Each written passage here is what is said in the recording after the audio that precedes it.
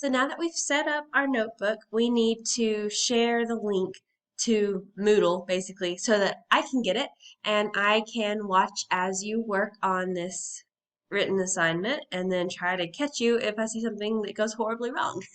So here's our actual notebook. We just set this up. We're going to come over here to the top right and click on share. But we are not sending this to anyone. This isn't going through an email. So I want you to click on people you specify can edit, and that's going to open up some more options. Then I want you to click on people in Young Harris College with the link. And I want you to make sure that allow editing is checked. That's how I'm going to leave comments on your work because each part has a different due date, as in like you're working on a rough draft in parts.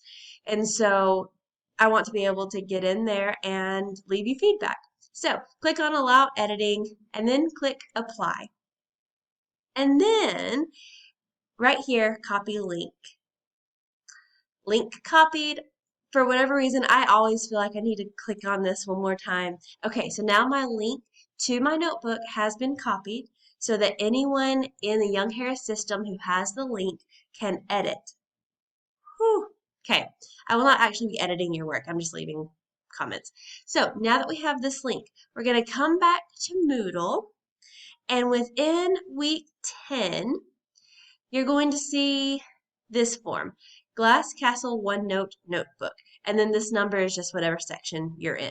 So I want you to type in your last name, not mine, yours, first name, and then paste it. So you can either hit Control V, I forgot what it is on the Mac, I'm on a PC now, right click and paste, and then you hit submit. I'm not going to do that for the purpose of the video that I still need to record at this time, whatever. Hit submit, I get the link, and then you don't have to submit it again because it should keep it as like a live update so that I can see what you've done without you submitting it again.